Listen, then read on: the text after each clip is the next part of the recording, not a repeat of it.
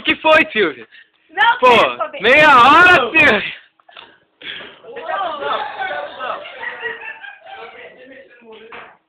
Vai cagar, vai Ah, cagar. agora o Wesley já foi, já, mano. Não, vai cagar. Não, eu vou embora, eu vou casa aqui. Caramba, Você ficou brava, eu tomo Silvia? banho. Nossa, meia hora, Silvia, uma fica hora. brava. Daí eu tomo banho bem tomado, lavo tudo, lavo Eu tudo. tenho que lavar. Ô, Silvia, não fica brava de estar brincando com você. Douglas, Não meia fica hora, brava. velho. E daí eu tomo banho demorado, né? Meia hora tomando banho, fica Você naquela... toma banho em 10 minutos, você nem de você. É. Eu tomo banho, ué. Eu me engano no banho, eu não tomo banho de gato. Mas você ficou brava de verdade? Não, tô nem aí pra você. Você não tá nem aí pra gente? Não. Nem dá bola? Para, ô, Menino caralho. tá bêbado. Oi? Você acha que eu sou bêbado?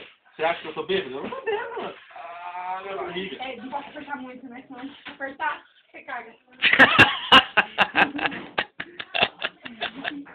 Ô, Douglas. Eu nem terminei.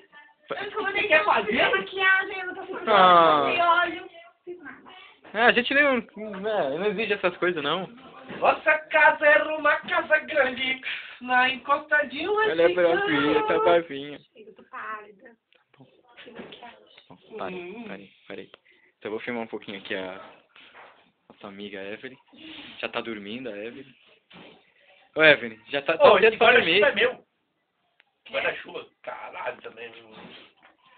Tá cedo pra dormir, Evelyn. Ela ficou brava, hein, cara. Pô, você tá loucão, mineiro. Caralho. Ah, velho, Olha, meu. Olha, peraí. Vira aí. Olha aqui. Olha só. Nossa, bichão. Depois você vai ver isso e vai ter...